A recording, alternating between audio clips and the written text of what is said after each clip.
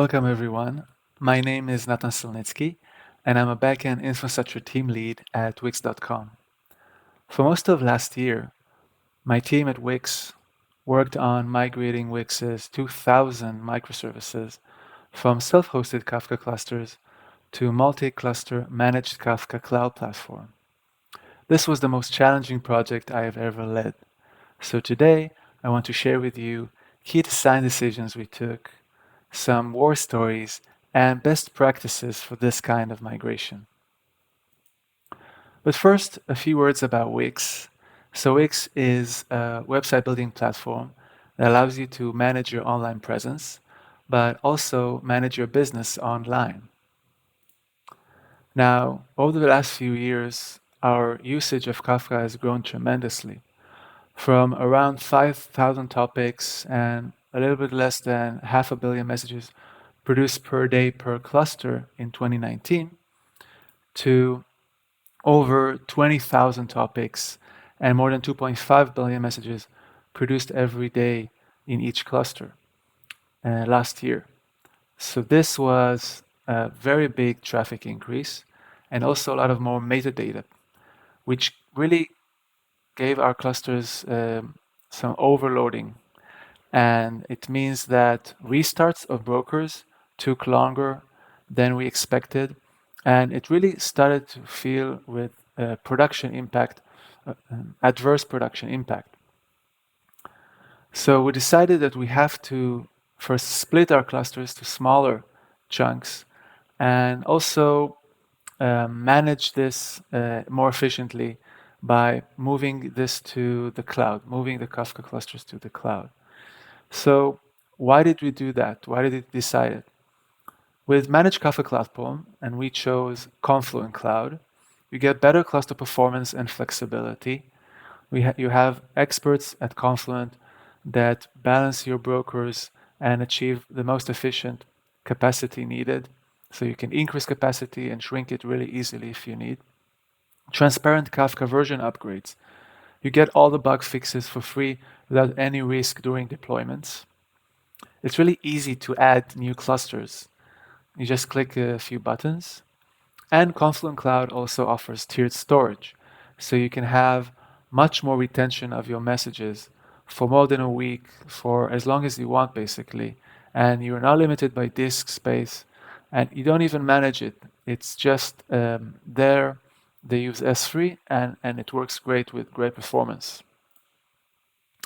At Wix, we use our own Kafka client, which is called Greyhound, and it's an SDK on top of the Kafka client SDK.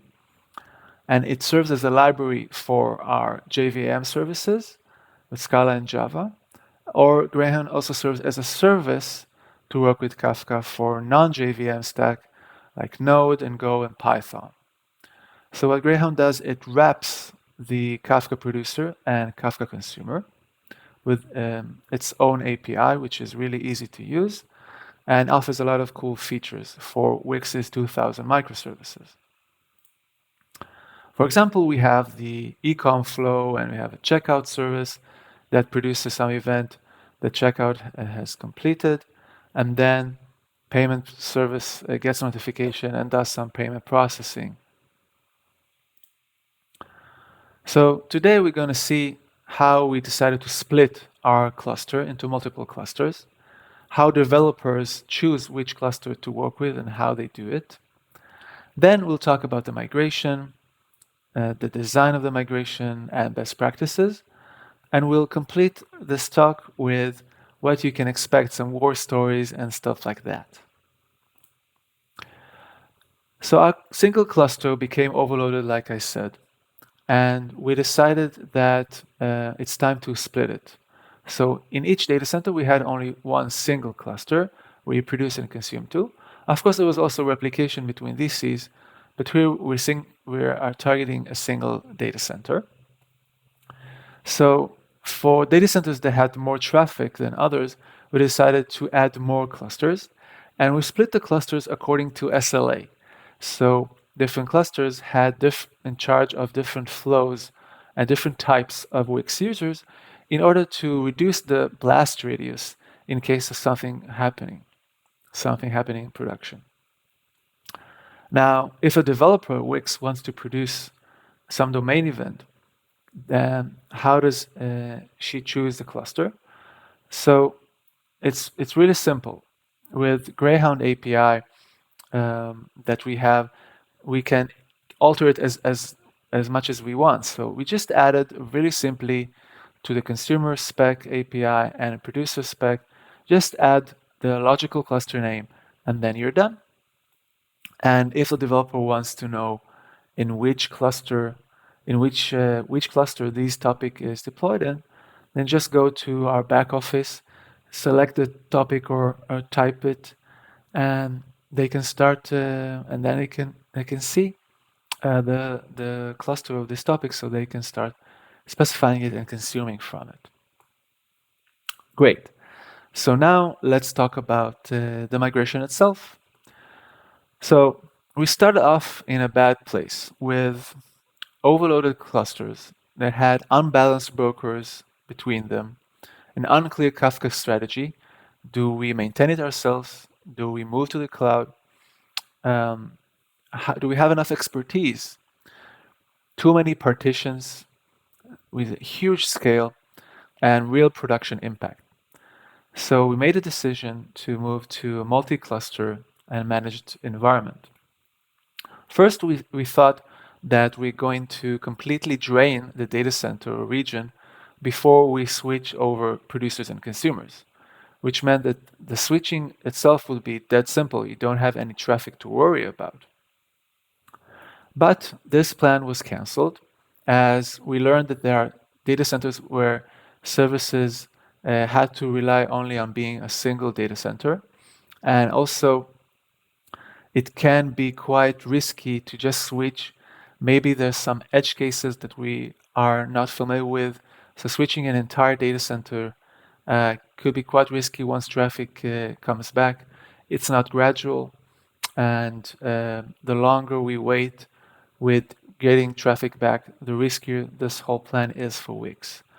So instead, we decided that we're going to migrate with traffic incoming to producers and consumers, which meant that it had to be seamless, meaning that it should be simple, even though that you migrate with incoming traffic. So you don't want to lose any messages, and it has to be production safe. If in case some rollback is needed, then it should be readily available and really easy to do.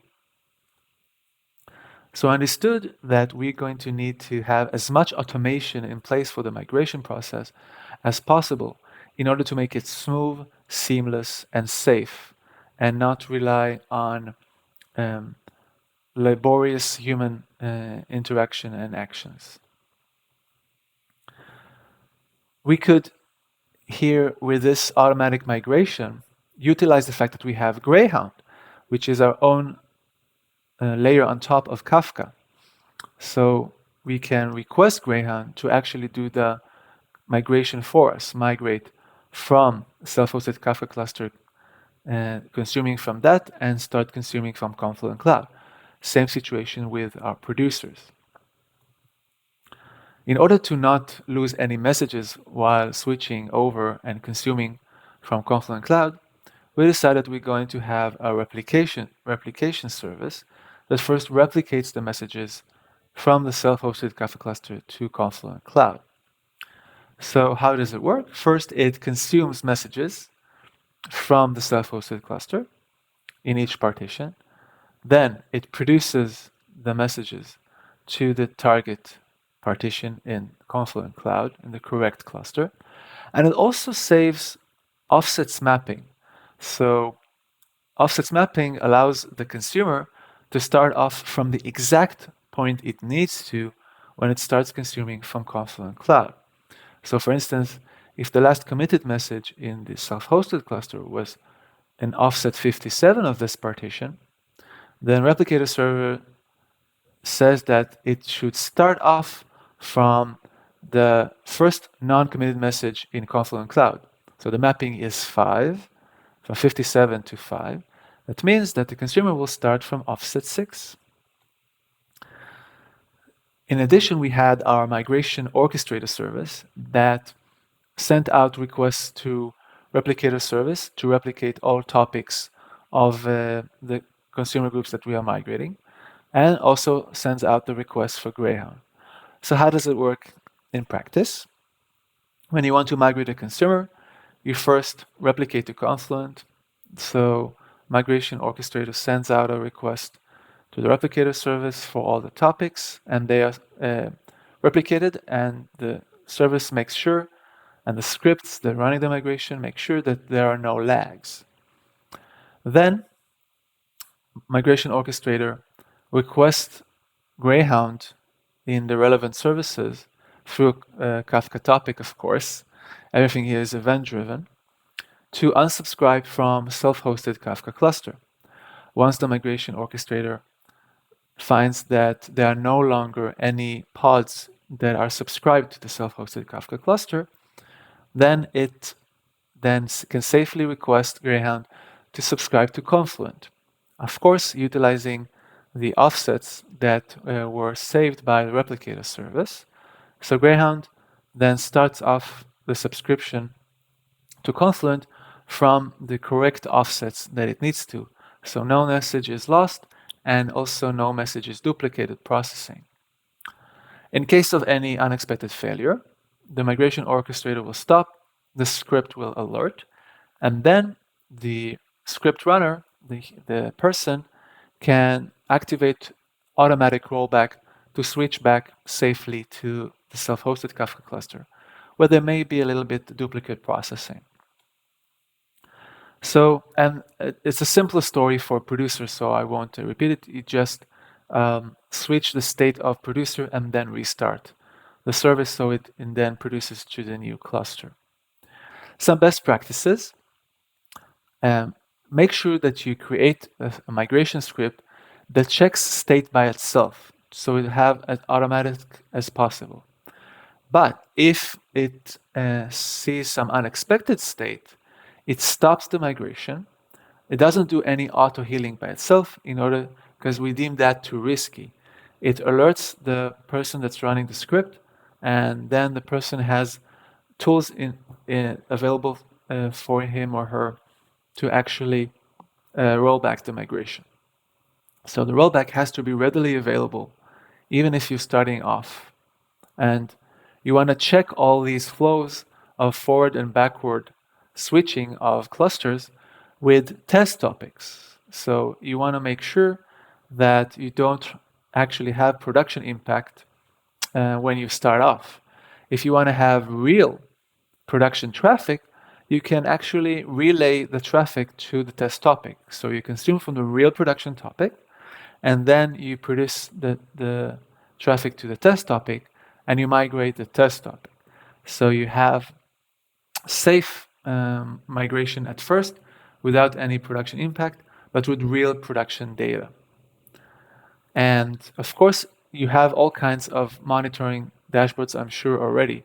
But it's really important to create dedicated custom matrix dashboards for the migration itself that show only the information that is required for the person running the script to make sure that everything has turned out correctly in a single quick glance.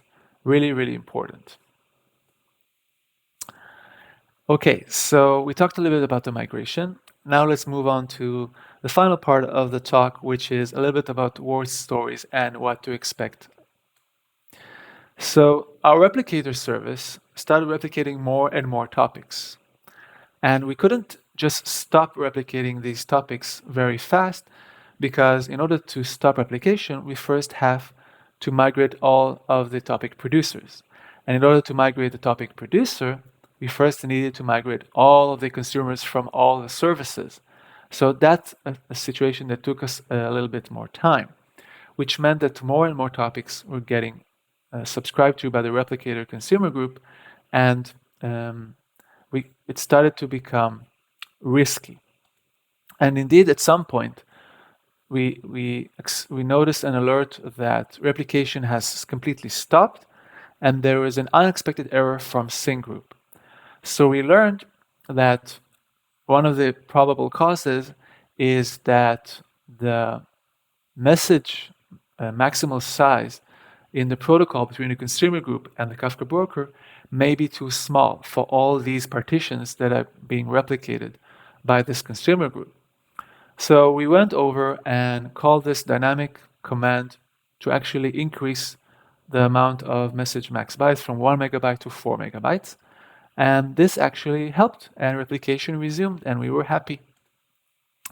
Then on Christmas Eve 2021, the same error happened again, but we weren't worried because we knew that we can fix it. So we again increased the message max bytes property in Kafka config script from 4 megabytes to 8 megabytes because we knew that can solve it. But then something completely unexpected happened. Kafka records started getting deleted from the Kafka brokers much faster than expected, and also for compacted topics where records are deleted not because they are old in time, but because they are stale in value, like a storage topic that is kind of storage. So this is really worrying because some of these Kafka topics were the source of truth for this data. And thankfully, we didn't do the change in the configuration that caused the situation in all the data centers. So we were able to restore records from another data center. So we were very lucky on this regard. And then we dug up and understood that there is a bug in Kafka in certain versions that you see here, where if you change the configuration dynamically twice, it reverts the log configuration to be the default. So no matter what your topic configuration that you specify, its cleanup policy, compact, or your retention time, it just reverts to the defaults for the entire cluster. Meaning that in order to fix this situation, we had to go and place a change of dummy value for each of the topic configurations in order to make sure that the bug is mitigated completely. And then we said, okay, no more changing any dynamic configuration. We just added more consumer group shards for the replicator service. So each of this consumer group worked on a different set of topics that they replicated. And indeed, this allowed us to have the scale that we needed and no more issues with the replication. And we finished the migration successfully. And now that we have the migration infrastructure in place, we knew that this can actually help us in a lot of non-migration related features. For instance, we can actually request Greyhound from outside the service to switch to a different cluster if the previous cluster was assigned by mistake or it's no longer relevant. We can also request Greyhound to skip messages in case there was some data corruption or some issue with old messages that shouldn't be processed anymore. We can just skip it and request Greyhound to do that. Or we can request Greyhound to change the processing rate in each of the pods. So Greyhound allows parallel processing, and you can limit it or extend it by what's your relevant use case. If you don't want to hurt your database because it has partial performance, so you can really reduce the processing rate. And you can do all of that externally to the service, where you don't need to change any code, you don't need to GA any service, you just send out commands via some back office, which we're really excited about that. So to summarize, we switched and migrated from single cluster topology in each of our data centers that we've self-hosted and managed to a multi-cluster Confluent Cloud managed cloud platform, which is completely optimized for us. And we used Greyhound, our Kafka client, own Kafka client layer, and dedicated orchestration services and scripts to have automatic, safe, and gradual migration. Now, if you want to dig deeper into how we perform the migration, you can actually check out this blog post I written to give you more information. This is the link.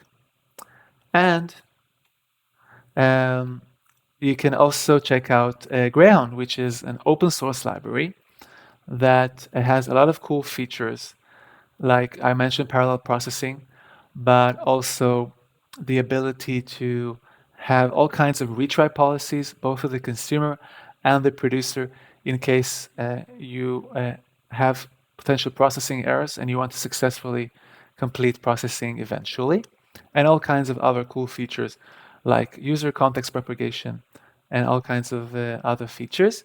So I highly recommend you to check it out. And I want to thank you very much. And you can find all the slides in SlideShare and the links I've shared. And you can check out my website at natansil.com to find out other blog posts I've written and other conference talks I gave. And you can follow me on Twitter and LinkedIn in order to get updates on everything our data streams team at Wix are up to around Kafka, around event-driven architecture, and also about software engineering best practices in general. So thank you again.